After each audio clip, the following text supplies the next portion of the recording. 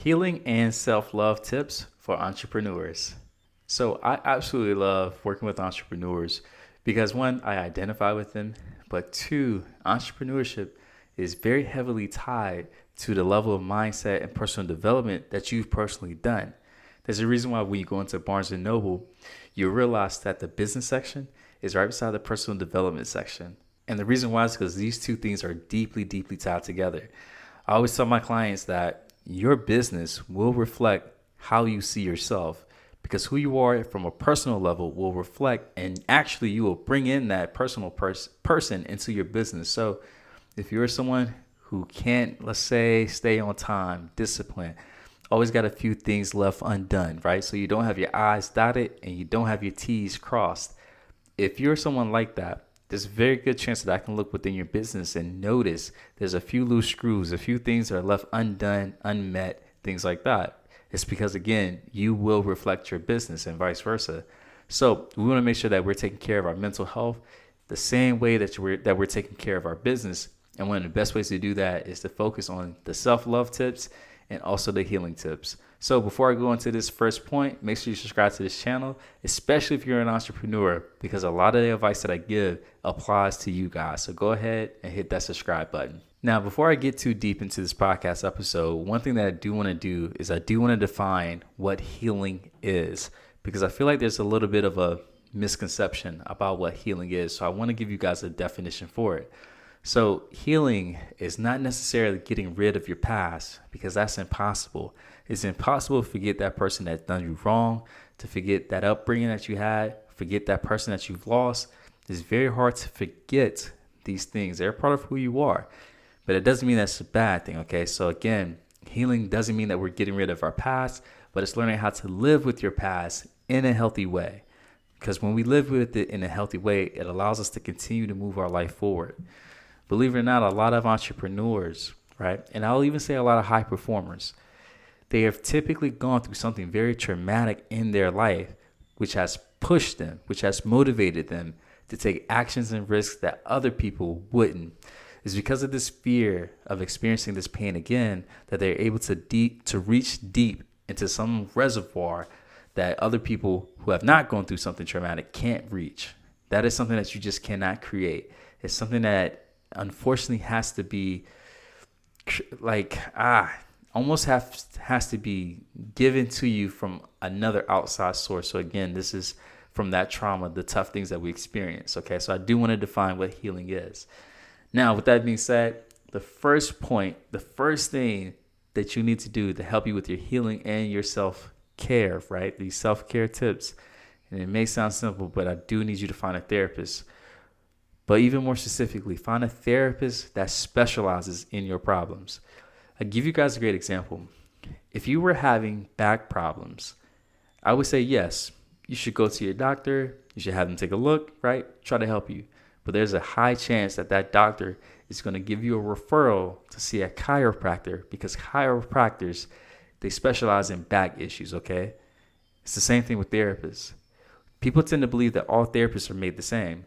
All of us, yes, we have a degree. We are all licensed, right? We've all taken very similar tests to get to where we are. But the different modalities that each therapist uses is totally different. The experiences that that therapist has also experienced are totally different. And as a result, there are going to be some therapists out there that are just going to be a hand in glove fit for you. And then there's going to be some therapists you're not going to get too far with. But I need you guys to be willing to find those therapists that specialize in the issues that you're having, and also be willing to pay them. Some people sometimes feel like all therapists are the same. You can find them a dime a dozen, and as a result, they pay as if there are dozens of therapists out there that can help them. But what if there's only one therapist out there that was able to help you with your problem? Would you then be willing to pay them? And when I say help you, what I'm really trying to say, and what I probably should emphasize, is that one, they're able to get you to that place faster, but two, the chances, the likelihood of you accomplishing all your goals in therapy is probably higher with a specific therapist. Now, what some people will do is they'll find a therapist who may be cheaper and stay with that therapist for a long time and end up spending more money than they would have the therapists that specialize with what they're going through. It's because they think they're being cheap. They're saving money, right? They're getting a deal, if you will. But all that's doing is prolonging the success, and it's actually costing you time and money. Now, if that's something that you love doing in your free time, spending your time, wasting your money, then hey, by all means, you can find a therapist on any platform, and most of them would be happy to take your money. But if you're someone that's serious, I need you to invest in yourself in a serious way. So again, I know it sounds like a common sense thing, but I do need you to find a therapist. Point number 2, one of the best ways to help therapists overcome some of their traumas and to heal, and this is a very, very little known secret, but one of the best ways to help entrepreneurs overcome their traumas is to actually find a community. By far, one of the biggest things that I've had my clients do this year, the ones that have experienced unimaginable trauma, is that I've had them join Facebook groups that specialize in the issues that they're going through. So I've had clients join Facebook groups for women that have been sexually abused. I've had women join Facebook groups that involve people getting divorces, going through breakups, have lost their spouse, whether it be through a breakup or through a death. And I've also had clients join Facebook groups where they have lost a kid through incarceration. Okay, so being arrested, all right, going to prison. And that's just the bare minimum. That's just the tip of the iceberg. You know, there's so many different groups out there that you can find on Facebook, but even off of Facebook, where there are people that specialize in the area that you're having problems with. And what this does is it gives you a community to where you can find resources and help from people that are going through the exact same things that you're going through.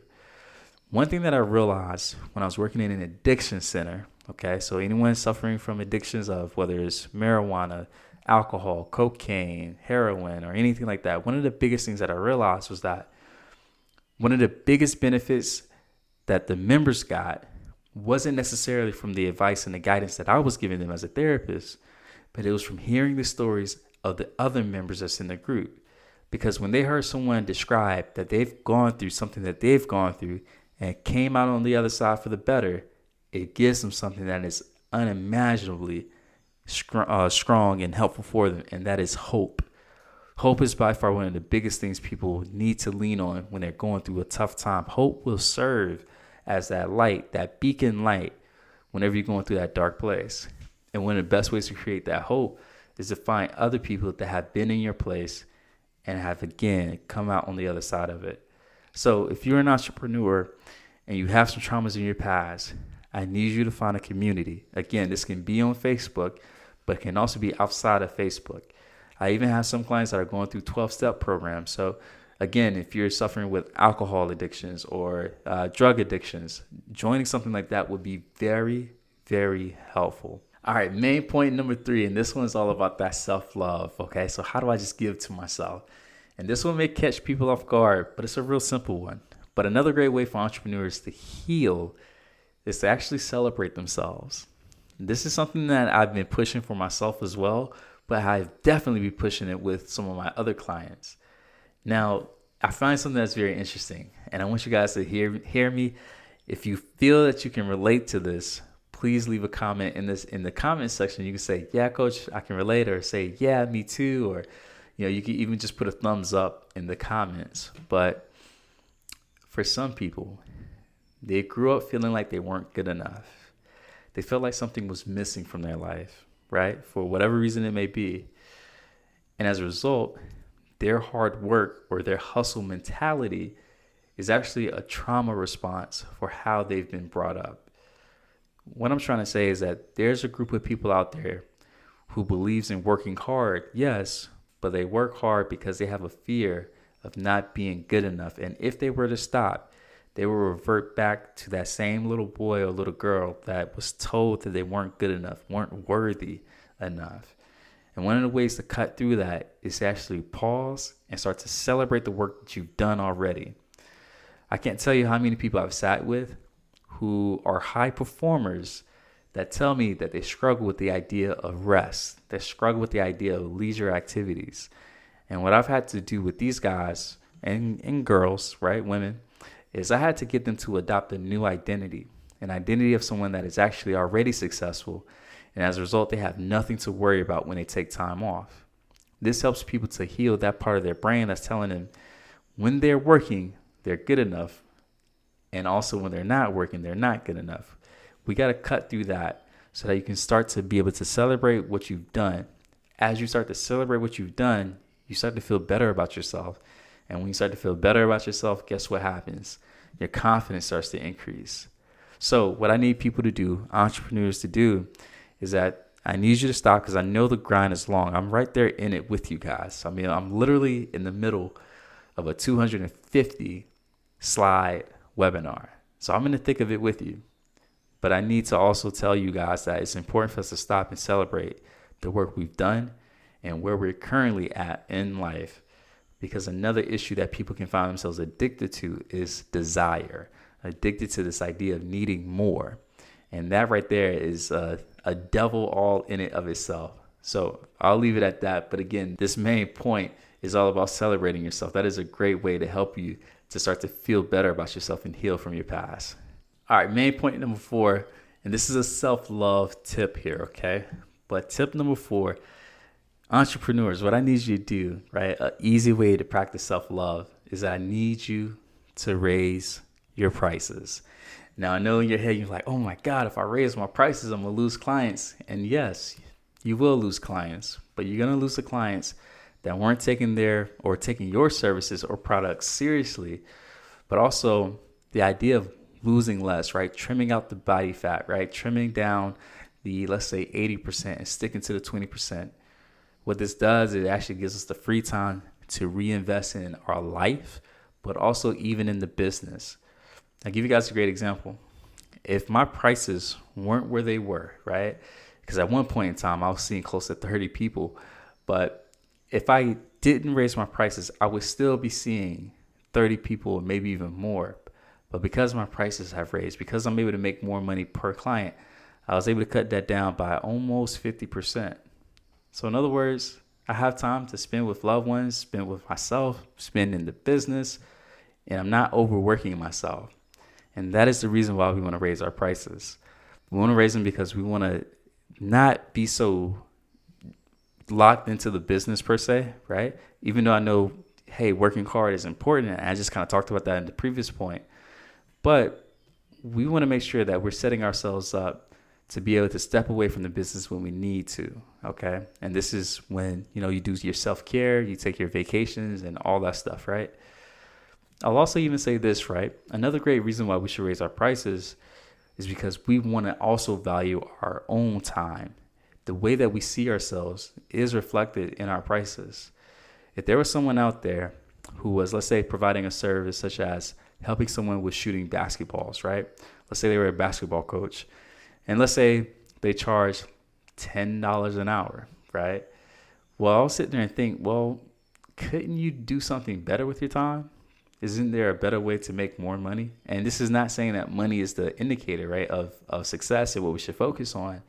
But I need that person to believe that if they wanted to charge $100, so 10x what they were doing, I need them to know that they can do it because they and their time is valuable.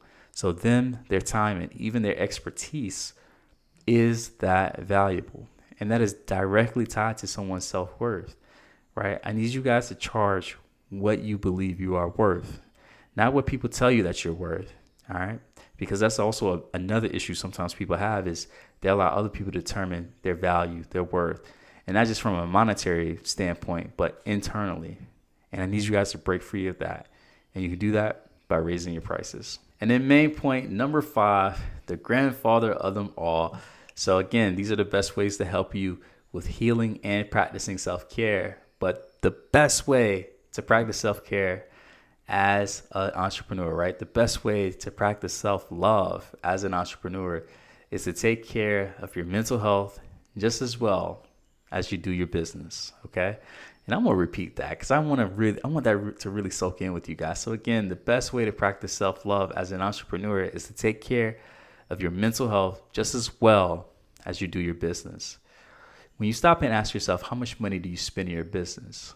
Is it $100 a month, $1,000 a month, $2,000 a month, right?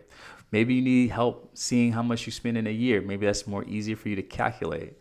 Do you feel that you're able to donate 5% of your profits to your business? Is it 10% of your profits to your business, right? Each year. I want you guys to think about how much money you're spending for coaches, software, which is a big one, courses, conferences, Facebook ads, Google ads. I want you guys to stop and notice how much money you're spending on the business. And then I need you to stop and notice how much money you're spending on the person that is running the business. Because the one thing that makes all this go is you. It's literally you. It is your mind. It's your ability to show up each and every day and perform at the level that you need to perform at so that the business is profitable. It's very hard to do that if you're going through a mental breakdown. It's very hard to do that if you're having anxiety attacks. So we need to take care of our business the same level we do our mental health. And for a lot of you guys, you take care of your business in a very systematic way. So with the software, with the courses, the ads, right? Even the coaches that you hire, all this stuff I'm pretty sure is on a system. Meaning on Mondays at 3 p.m., we know for a fact that you're sitting down with your coach. We know that for a fact on Thursdays at, let's say, 9 a.m., you're recording your podcast, right? All this stuff is on a system, and your mental health, your self-love, your self-care also needs to be on a similar system. So what I want you to do is I want you to pick a predetermined amount of money that you're willing to spend each month, each week, or each year that is dedicated towards your self-love, your mental health. This is something that's going to help you to actually heal and focus on yourself so you can be the best version that your business needs you to be. So again, take care of your mental health the same way that you take care of your business. So what I'm going to do is I'm going to refresh these 5 points that I made when it comes to healing and self-love tips for entrepreneurs. So the first one that I stated was a simple one, but it's an important one. Find a therapist that specializes in your problems. It's plain and simple. I don't need to go even further than that. Find a therapist that specializes in your problems. We are not all made the same. Point number 2 is that the best way for entrepreneurs to heal from past traumas is to find a community. Guys, your trauma, if it's something like Mount Everest, trust me when I say you cannot scale that on your own. You need to find a group of people that has already climbed that Mount Everest that you can walk with, that can be there on that journey to give you the motivation you need when times get tough. So find a community. Main point number 3, a great way for entrepreneurs to heal is to celebrate yourself. Some of your hard work that you're putting into your business may actually be a trauma response, meaning that you work hard because you feel like you're not good enough unless you're not working hard. And sometimes people have a fear of their performance going down because when their performance goes down, what does it say about them? Also, I'll share this. There's a great show that me and my wife are watching called This Is Us, and it's on Netflix. And there's a guy named Randall who actually has a breakdown because his performance slipped when it comes to his job. So if you haven't seen that show, watch it. If you have, you know exactly what I'm talking about. Main point number 3 that I made is that an easy way to practice self-love as an entrepreneur is just to simply raise your prices. Guys, I want you to value yourself the way that you should, not the way that people tell you that you should. And that comes in the form of raising your prices. And then main point number 5, the best way to practice self-love as an entrepreneur is to take care of your mental health just as well as you do your business. So all the systems that you have in place, the money that you spend into your mental health, I would tell you, take a percentage of that and invest it into your mental health. And let's see what that does for you over the course of the next 6 months. I promise you won't regret it. So this is Coach Wells. Thank you for checking out this podcast episode. And make sure you leave a comment down below and tell me what topics you would love for me to talk about, whether it's for entrepreneurs or working professionals or husbands, fathers, mothers, wives, whatever the case it may be, whatever issues you may be going through. Leave a comment and I definitely will respond to it. All right, guys. I'll see you later.